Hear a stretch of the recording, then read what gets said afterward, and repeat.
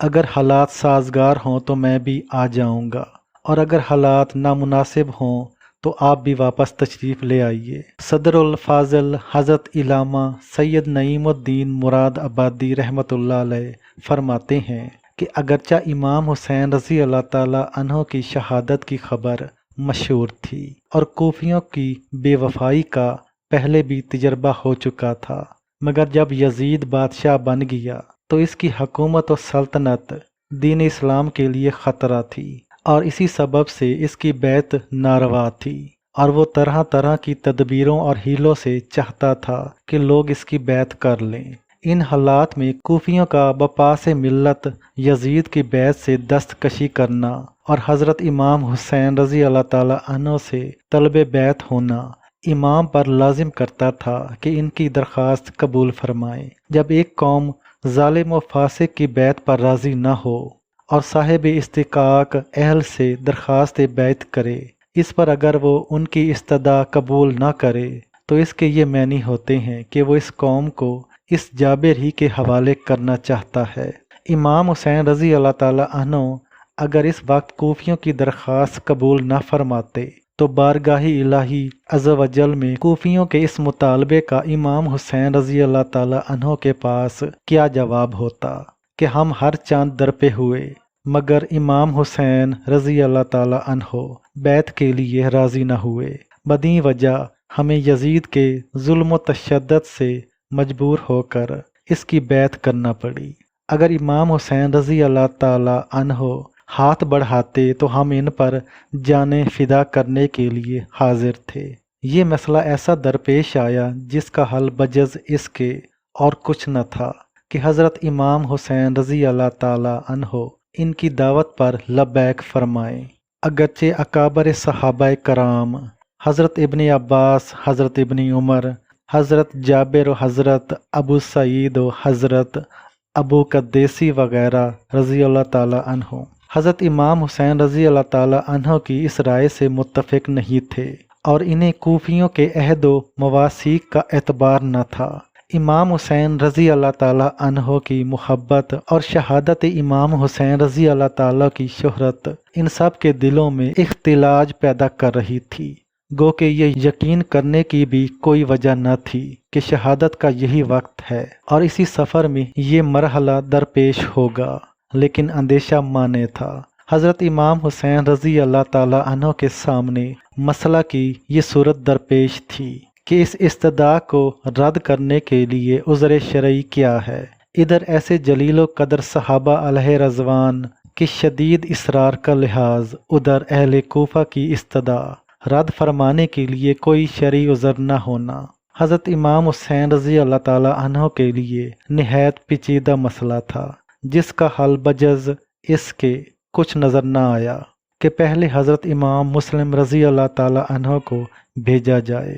اگر کوفیوں نے بدعہدی و بے وفائی کی تو عذر شرعی مل جائے گا، اور اگر وہ اپنے عہد پر قائم رہے تو صحابہ کو تسلی دی جا سکے گی۔ حضرت سیدنا مسلم بن عقیل رضی اللہ تعالیٰ عنہ نے اہل کوفہ کی بے پناہ عقیدت و محبت دیکھ کر حضرت سیدنا امام حسین رضی اللہ تعالیٰ عنہ کی خدمت میں لکھ بھیجا کہ ہزاروں افراد نے میرے ہاتھ پر بیعت کر لی ہے اور یہاں کے سب لوگ آپ کی تشریف آوری کے منتظر ہیں، آپ فوراً تشریف لے آئیے۔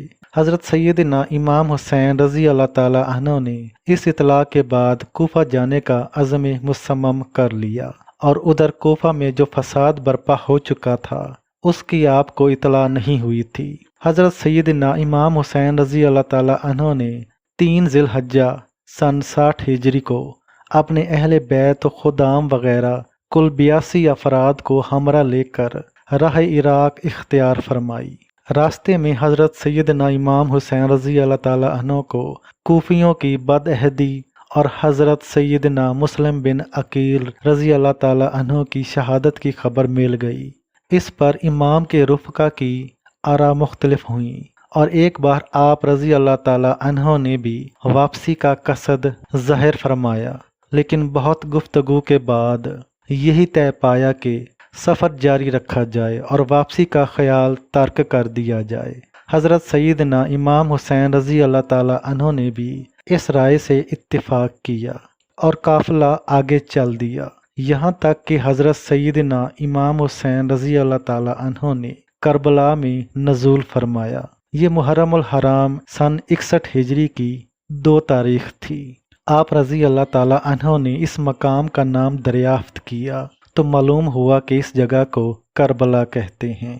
حضرت سیدنا امام حسین رضی اللہ تعالی عنہ کربلا سے واقف تھے اور آپ کو معلوم تھا کہ کربلا ہی وہ جگہ ہے جہاں اہل بیت رسالت کو راہ حق میں اپنے خون کی ندیاں بہانی ہوں گی۔ انہی دنوں آپ رضی اللہ تعالی عنہ کو حضور سید عالم صلی اللہ علیہ وسلم کی زیارت ہوئی۔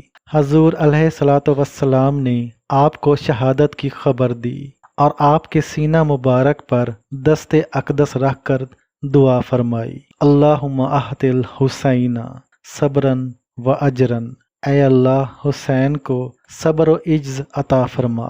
پھر ابن زیاد نے سیدنا امام حسین رضی اللہ تعالی عنہ کو ایک خط لکھ بھیجا کہ یزید کی بیعت کر لیجئے۔ جب وہ خط آپ رضی اللہ تعالی عنہ کے پاس پہنچا، آپ نے اسے پڑھ کر پھینک دیا اور خط لانے والے قاصد سے فرمایا کہ اس وقت میرے پاس اس کا کوئی جواب نہیں۔ ایلچی نے آ کر ابن زیاد کو بتایا تو جواب سن کر ابن زیاد کا غصہ بھڑک اٹھا۔ اس نے لوگوں کو جمع کیا، فوجیں تیار کی اور ان کا سپہ سالار عمر بن سعد کو بنایا جو ملک رے کا والی تھا۔ اولاً اس نے پہلو تہی سے کام لیا۔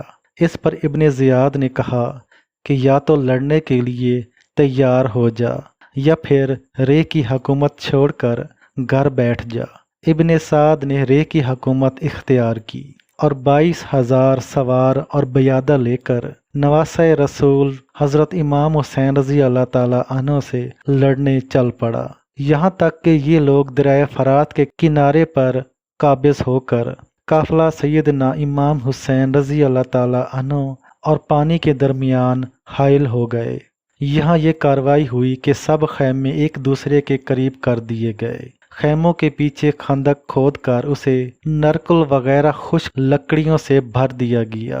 اب امام حسین کے رفقا ان کاموں سے فارغ ہو کر سیدنا امام حسین رضی اللہ تعالی عنہ کی خدمت میں حاضر ہوئے ہیں، اور سیدنا امام رضی اللہ تعالی عنہ اپنے اہل اور ساتھیوں سے فرما رہے ہیں کہ صبح دشمن سے ہمارا مقابلہ ہے۔ میں نے بخوشی تمام تم سب کو اجازت دی، ابھی رات باقی ہے، جہاں جگہ پاؤ چلے جاؤ اور ایک ایک شخص میرے اہل بیت میں سے ایک ایک کو ساتھ لے جاؤ۔ اللہ عز و جل تم سب کو جزائے خیر دے۔ دیہات و بلاد میں متفکر ہو جاؤ یہاں تک کہ اللہ تعالیٰ بلا ٹالے۔ دشمن جب مجھے پائیں گے تمہارا پیچھا نہیں کریں گے۔ یہ سن کر امام کے بھائیوں، صاحبزادوں، بھتیجوں اور عبداللہ بن جعفر کے بیٹوں نے عرض کی کہ ایسا ہم کس لیے کریں؟ اس لیے کہ آپ رضی اللہ تعالی عنہ کے بعد زندہ رہیں۔ اللہ عز و جل ہمیں وہ منحوس دن نہ دکھائے کہ آپ نہ ہوں اور ہم زندہ رہیں۔ یہاں تک کہ ابن سعد نے اپنے لشکر کے ساتھ امام حسین رضی اللہ تعالی عنہ اور آپ کے رفقا پر حملہ کر دیا۔ آپ کے رفقا و احباب و برادران شہزادگان ایک ایک کر کے شہید ہوتے چلے گئے۔ تقریباً 50 سے زائد افراد شہید ہو گئے اور بالآخر حضرت سیدنا امام حسین رضی اللہ تعالی عنہ کو بھی بڑی بے دردی کے ساتھ شہید کر دیا گیا۔ یزید بن معاویہ ابو خالد اموی وہ بدبخت شخص ہے جس کی پیشانی پر اہل بیت کرام علیہ رضوان کے بے گناہ قتل کا سیاہ داغ ہے۔ یہی وہ شخص ہے جس پر ہر زمانے میں پوری دنیا اسلام ملامت کرتی رہی ہے اور قیامت تک اس کا نام حقارت سے لیا جائے گا۔ محرمات سے نکاح اور سود وغیرہ ممنوعات کو بھی اس بے دین نے اعلانیہ رواج دیا۔ مدینہ طیبہ و مکہ مکرمہ کی بے حرمتی بھی کرائی۔ حضرت سلمہ کہتی ہیں کہ میں حضرت سیدہ ام سلمہ رضی اللہ تعالی عنہ کی خدمت میں حاضر ہوئی تو وہ رو رہی تھیں۔ میں نے سبب پوچھا تو فرمایا میں نے رسول اللہ صلی اللہ علیہ وسلم کو خواب میں دیکھا کہ حضور اقدس صلی اللہ علیہ وسلم کے سر انور اور داڑھی مبارک پر گرد و غبار ہے۔ میں نے عرض کی یا رسول اللہ صلی اللہ علیہ وسلم خیریت تو ہے، یہ گرد و غبار کیسا ہے؟ حضور اقدس صلی اللہ علیہ وسلم نے فرمایا کہ میں نے ابھی ابھی حسین کو شہید ہوتے دیکھا ہے۔ حضرت سیدہ ام سلمہ رضی اللہ تعالی عنہا سے روایت ہے، رسول اللہ صلی اللہ علیہ وسلم نے فرمایا حسین رضی اللہ تعالی عنہ کو میری ہجرت کے 60 سال بعد شہید کیا جائے گا۔ حضرت سیدہ عائشہ صدیقہ طیبہ طاہرہ رضی اللہ تعالی عنہا سے روایت ہے کہ حضور نبی کریم نے ارشاد فرمایا مجھے حضرت جبرائیل علیہ السلام نے خبر دی ہے کہ میرے بعد میرے فرزند حسین کو طف نہر فرات کے کنارے کربلا کی زمین پر قتل کیا جائے گا، اور حضرت جبرائیل علیہ السلام میرے پاس یہ مٹی لائے اور بتایا کہ یہ امام حسین رضی اللہ تعالی عنہ کی خوابگاہ مقتل کی خاک ہے۔ حضرت سیدنا علی رضی اللہ تعالی عنہ فرماتے ہیں کہ ایک روز میں نے نبی کریم صلی اللہ علیہ وسلم کی بارگاہ میں حاضر ہو کر عرض کی یا رسول اللہ، کیا کسی نے آپ کو ناراض کر دیا ہے جو آپ کی آنکھوں سے آنسو بہہ رہے ہیں؟ حضور اقدس صلی اللہ علیہ وسلم نے فرمایا بات یہ ہے کہ ابھی ابھی حضرت جبرائیل علیہ السلام نے بتایا کہ حسین کو نہر فرات کے کنارے شہید کیا جائے گا۔ پھر انہوں نے مجھ سے کہا کہ اگر آپ چاہیں تو آپ کو اس مٹی کی خوشبو سنگھا سکتا ہوں۔ میں نے اس بات میں جواب دیا۔ تب انہوں نے اپنا ہاتھ بڑھا کر ایک مٹھی بھر کر مٹی اٹھائی اور مجھے دے دی۔ بس اس وقت سے مجھے اپنے آنسوؤں پر قابو نہیں رہا۔ حضرت سیدنا عبداللہ بن عباس رضی اللہ تعالی عنہ نے فرمایا ایک روز میں نے دوپہر کے وقت خواب میں رسول کریم صلی اللہ علیہ وسلم کو دیکھا کہ بال مبارک بکھرے ہوئے ہیں، گرد و غبار بھی پڑا ہوا ہے۔ حضور اقدس صلی اللہ علیہ وسلم کے ہاتھ مبارک میں ایک بوتل ہے۔ میں نے عرض کی یا رسول اللہ، آپ پر میرے ماں باپ قربان، خیریت تو ہے؟ فرمایا کہ یہ حسین اور ان کے ساتھیوں کا خون ہے جسے آج میں جمع کرتا رہا۔ حضرت ابن عباس رضی اللہ تعالی عنہ کہتے ہیں کہ میں نے خواب کا وقت یاد رکھ لیا۔